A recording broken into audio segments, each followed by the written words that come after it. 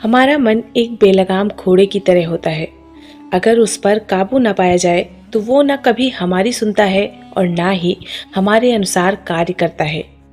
हमारा मन अगर हमारे काबू में नहीं होगा तो हम कभी भी अपने आप को संतुष्ट नहीं कर पाएंगे, क्योंकि बेकाबू मन कभी भरता ही नहीं और मन की चाह हमेशा बढ़ती ही जाती है। इसके चलते हम चिंता, तनाव, दुख, ईर्ष्या आदि से घिरे रहते हैं। कुछ यादें तो हमारे मन में ऐसे घर कर जाती हैं जो हमें हर पल दुख देती हैं। इससे हम डिप्रेशन का शिकार हो जाते हैं। आज की ये दो मोटिवेशनल कहानियां भी हमारे मन और हमारी इच्छाओं से जुड़ी हैं।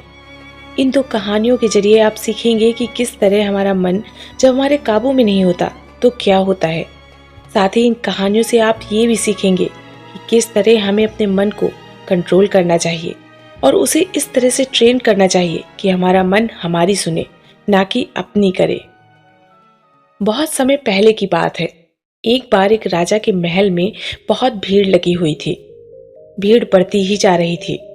हर कोई महल की तरफ जा रहा था। हुआ यूं था कि उस दिन सुबह राजा के पास एक भिखारी आया और उस भिखारी ने राजा से कहा कि क्या उसे भिक्षा में कुछ कीमती चीज मिल सकेगी। राजा ने भी कह दिया कि कोई कमी नहीं है, जो चाहो मांग लो। लेकिन भिखारी ने एक बड़ी अजीब शर्त रख दी। उसने कहा कि वो भिक्षा तभी लेता है जब ये आश्वासन मिल जाए कि उसका भिक्षा पात्र पूरा भर दिया जाएगा। बिच्छू ने यह भी कह दिया कि मैं अधूरा भिक्षा पात्र लेकर नहीं जाऊंगा। अगर ये वचन दोगे तो ही भिक्षा लूंगा। राजा हंसने लगा और उसने कहा कि तुमने मुझे क्या समझ रखा है? क्या मैं एक भिखारी का भिक्षा पात्र भी नहीं भर सकूंगा? और राजा ने शर्त मान ली। भिखारी भी हंसा और उसने कहा, महाराज, एक बार फिर सोच लें, क्योंकि ना मालूम कितने लोगों ने ये शर्त स्वीकार की है और वे इसे पूरा भी नहीं कर पाए। राजा ने मुस्कुराते हुए अपने वजीरों को कहा कि जाओ, अनाज के दानों से नहीं बल्कि हीरे मोतियों से इसके भिक्षा पात्र को भर दो। भिखारी ने दोबारा टोकने की कोशिश करी, पर राजा ने वजीरों से कहा, समय बर्बाद मत करो, जाओ और उसके भिक्षा पात्र को हीरे मोतियों से भर दो। वजीर बहुत से हीरे मोती लेकर आया और उस भिखारी के भिक्षा पात्र में डाल दिए। भिक्षा पात्र में डालते ही वो हीरे मोती कहीं खो गए और भिक्षा पात्र खाली का खाली रहा। सुबह से दोपहर हो गई, लेकिन वो भिक्षा पात्र खाली का खाली ही रहा। राजा को समझ नहीं आ रहा था कि आखिर ये कैसा भिक्षा पात्र है। दोपहर से शाम हो गई, लेकिन वो भिक्षा पात्र अभी भी खाली था। आखिर में राजा भिखारी के पैरों पर गिर पड़ा और माफी मांगने लगा। राजा ने कहा, मैं माफी मांगता हूँ, बस आप इतना बता दें कि ये भिक्षा पात्र क्या है। क्या इसमें किसी तरह का जादू है या कोई और रहस्य? फिर उस भिखारी ने बताया, ये ना तो कोई जादू है और ना कोई रहस्य। एक बार मैं शमशान घाट से गुजर रहा था तो मुझे वहां एक आदमी की खोपड़ी पड़ी मिली और उससे मैंने ये भिक्षा पात्र बना लिया और मैं खुद ही हैरान हूँ, इंसानी मन से बनी ये खोपड़ी कभी भरती ही नहीं। दोस्तों, आप अपने मन और शरीर की इच्छाओं को कभी पूरा नहीं कर पाएंगे। यदि आपको महानता हासिल करनी है तो शरीर और मन के इस चक्र को तोड़कर इससे ऊपर उठना होगा। हमारा मन लालच से भरा होता है, इसे कभी नहीं भरा जा सकता।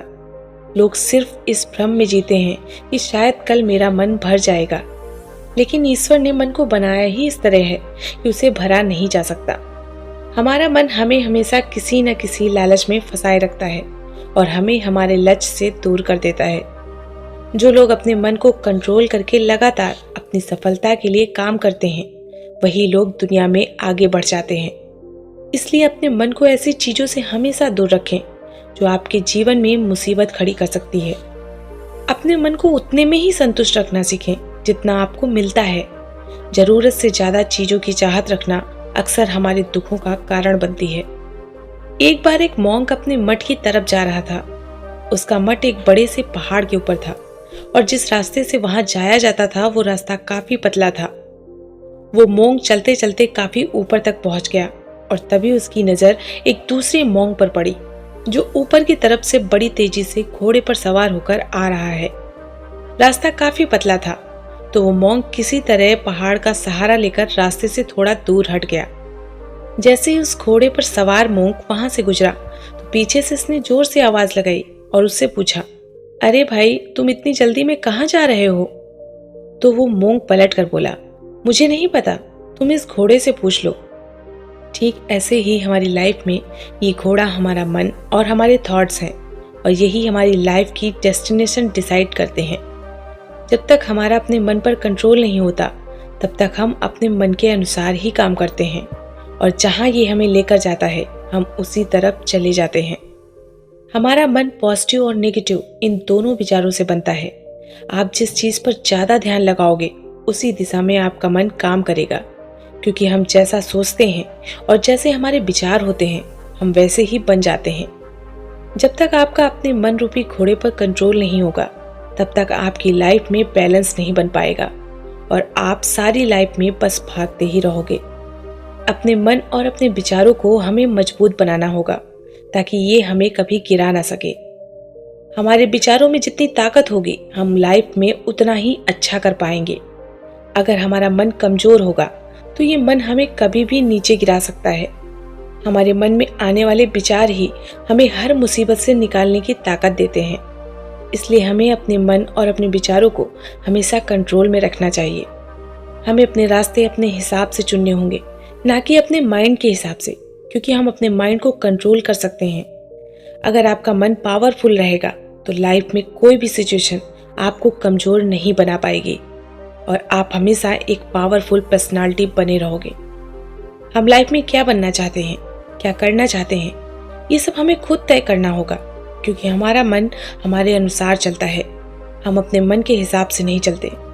जो लोग अपने मन के हिसाब से काम करते हैं, अक्सर उन लोगों का मन उनके कंट्रोल में नहीं होता और वो लोग बिना किसी एम के लाइफ में बस एक बेलगाम घोड़े की तरह भाग रहे होते हैं।